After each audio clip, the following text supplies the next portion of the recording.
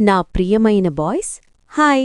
ఈరోజు మీకోసం ఒక సూపర్ రొమాంటిక్ ఎనర్జెటిక్ స్టోరీ తీసుకొచ్చాను. ఇది పచ్చని పల్లెటూరి బ్యాక్డ్రాప్లో జరిగే ఒక తీయని ప్రేమకథ.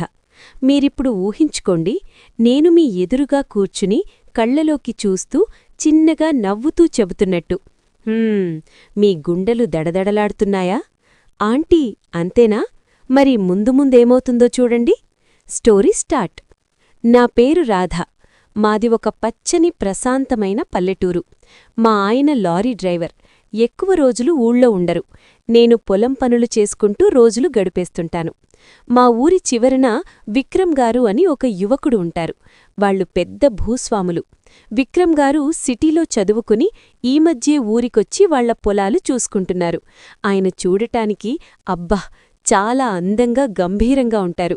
ఆ ముఖం, ఆ కళ్ళు, ఊళ్ళో అమ్మాయిలు చాలామంది ఆయన వంక దొంగచూపులు చూస్తూ ఉంటారు. నాకు కూడా ఆయనంటే ఏదో తెలియని అభిమానం, ఒక రకమైన ఆకర్షణ.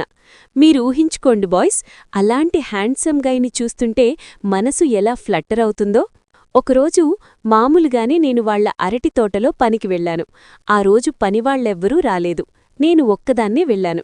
మధ్యాహ్నం అయ్యేసరికి ఆకాశం నల్లబడి పెద్ద వర్షం మొదలైంది. బాయ్స్, ఊహించుకోండి, ఆ వర్షం హోరున కురుస్తోంది. నేను తడుస్తూ దగ్గర్లో ఎక్కడ తలదాచుకోవాలో తెలియక తోట మధ్యలో ఉన్న మోటార్ రూం వైపు పరిగెత్తాను. లోపలికి వెళ్లేసరికి అక్కడ అప్పటికే విక్రమ్ గారున్నారు. ఆయన కూడా వర్షానికి తడవకుండా అక్కడ నిలబడ్డారు. నన్ను చూడగానే ఆయన కళ్లలో ఒక మెరుపొచ్చింది. మీరు ఊహించుకోండి, అలాంటి మెరుపు మీ కళ్లలో వస్తే ఎలా ఉంటుందో. నేను పూర్తిగా తడిసిపోయాను. నా చీర మొత్తం ఒంటికి అతుక్కుపోయి ఉంది. చలికి గజగజ వణుకుతున్నాను. ఆ గదిలో మేమిద్దరమే. బయట వర్షం హోరున కురుస్తోంది.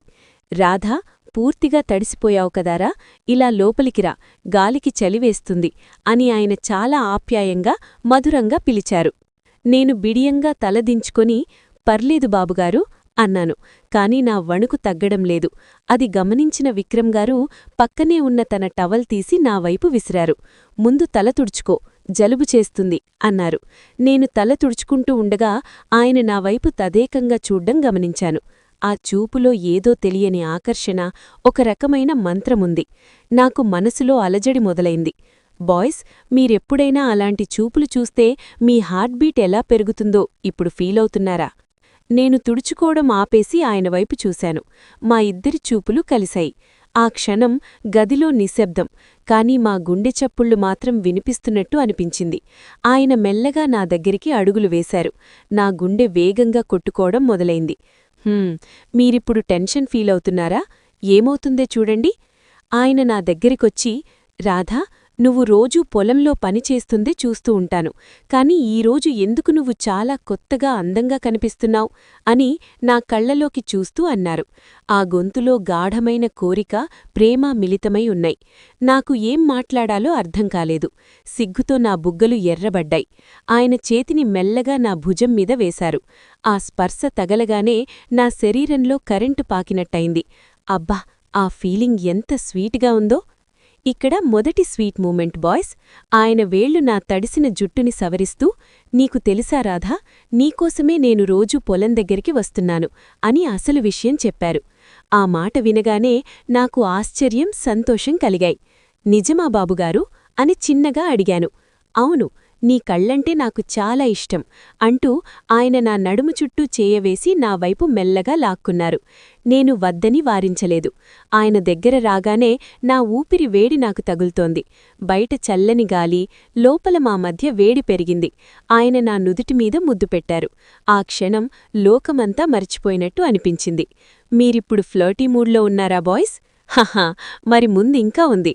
వర్షం తగ్గేలా లేదు రాధా, ఈరోజు పని పక్కన పెట్టి కాసేపు ఇలాగే ఉండిపోదామా అని ఆయన చెలిపిగా అడిగారు.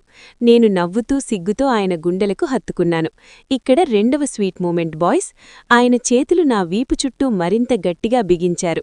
మా ఇద్దరి శ్వాసలు మిళితమై ఆ గదిలో ఒక మధురమైన వాతావరణం సృష్టించాయి.